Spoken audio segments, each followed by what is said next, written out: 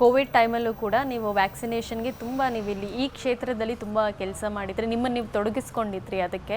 So ಆ ಟೈಮಲ್ಲಿ usually Covid ಭಯ ಇರುತ್ತೆ. ಹೌದು. ನೀವು ಯಾವ ರೀತಿ ನೀವು ಫೇಸ್ ಮಾಡಿದ್ರಿ ಆ ಸಿಚುವೇಶನ್ನ ಅಂತ? ನಾನು ಹೇಳ್ತಾ ಇದ್ದೆ, ನಾನು ದೋ ಹೀ ಈಸ್ ಡೂಯಿಂಗ್ ಸೆಲ್ಫ್ಲೆಸ್ಲಿ, ಅಂದರೆ ಯಾವುದೇ ಒಂದು ಪಕ್ಷ ಅದು ಇದು ಅಂತಲೂ ಇಲ್ಲದೆ ಮಾಡ್ತಾಯಿದ್ರು. ನನಗೆ ಅದೊಂದು ಪರ್ಸ್ನಲಿ ಇತ್ತು, ಯಾಕೆಂದರೆ ಎಲ್ಲ ಇಲ್ಲೇ ನಡೀತಾ ಇತ್ತು. ಪ್ರತಿಯೊಂದೂ ಎಲ್ಲ ಇಲ್ಲಿಂದ ತೊಗೊಂಡು ಹೋಗೋದು ಮಾಡೋದು ಎಲ್ಲ.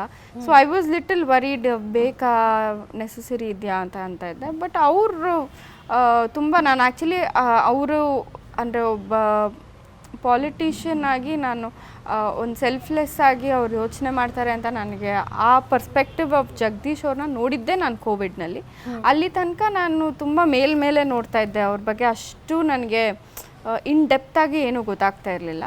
ಬಟ್ ಕೋವಿಡ್ನಲ್ಲೇ ಅವರು ಎಷ್ಟು ಸ್ಲಮ್ಸ್ಗಳಿಗೆಲ್ಲ ಹೋಗಿ ದಿನ ಊಟ ತಲುಪಿಸ್ತಾ ಇದ್ರು.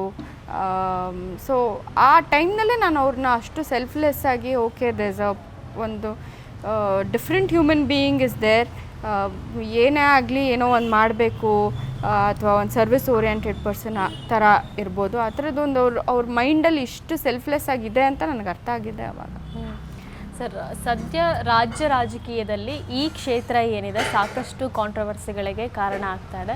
ಅಟ್ ಪ್ರೆಸೆಂಟ್ ನೀವು ಕೂಡ ರಾಜಕೀಯದಲ್ಲಿ ನಿಮ್ಮನ್ನು ತೊಡಗಿಸ್ಕೊಂಡಿರೋದ್ರಿಂದ ಈಸಿ ಇದೆ ಅಂತ ಅನ್ಸುತ್ತಾ ಪಾತ್? ಮೇಡಮ್, ಒಳ್ಳೆ ಲೀಡರ್ಗಳಿಗೆ ಯಾವತ್ತೂ ಪಾತ್ ಈಸಿ ಇರಲ್ಲ.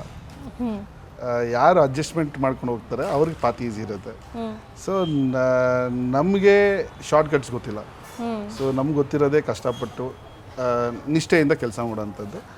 ಸಹಜವಾಗಿ ನೀವು ಯಾವುದೇ ಫೀಲ್ಡ್ಗೆ ಹೋದ್ರೂ ಅಡೆತಡೆಗಳು ಇರ್ತವೆ, ಅದನ್ನು ಮೀರಿ ನಿಲ್ಲದೆ ಒಂದು ನಾಯಕತ್ವ. ಜನಗಳಿಗೆ ಬೇಸಿಕ್ ಆಗಿ ನಾವು ಕೊಡಬೇಕಾಗಿರೋಂಥದ್ದು 4, ಅದು ಸ್ಪೆಷಲಿ ಟ್ಯಾಕ್ಸ್ ಕಟ್ಟೋದು ಎಕ್ಸ್ಪೆಕ್ಟ್ ಮಾಡೋದು ನಮ್ಮಿಂದ. ಒಂದು ಇನ್ಫ್ರಾಸ್ಟ್ರಕ್ಚರು, ಒಂದು ಗಾರ್ಬೇಜು, ಒಂದು ಲೈಟು, ಒಂದು ವಾಟರ್. ಇಷ್ಟನ್ನು ನಾವು ಯಾವುದೇ ಸರ್ಕಾರ ಆಗಿರಲಿ ಅದು ಬೇಸಿಕ್ಕಾಗಿ ಮಾಡಬೇಕು.